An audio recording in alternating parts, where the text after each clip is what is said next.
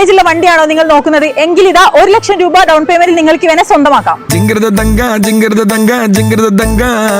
അപ്പൊ നമ്മൾ പറഞ്ഞ പോലെ 2022 മോഡൽ SX ഓപ്ഷണൽ ആയ ഡീസൽ കാർ വെറും 35,000 കിലോമീറ്റർ മാത്രമാണ് ഓടിയിട്ടുള്ളത്.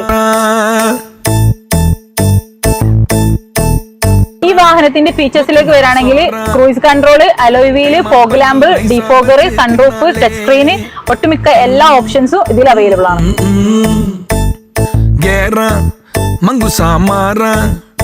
പൈജാമ പോട്ട് പന്തല പോട്ട് നിന്നേ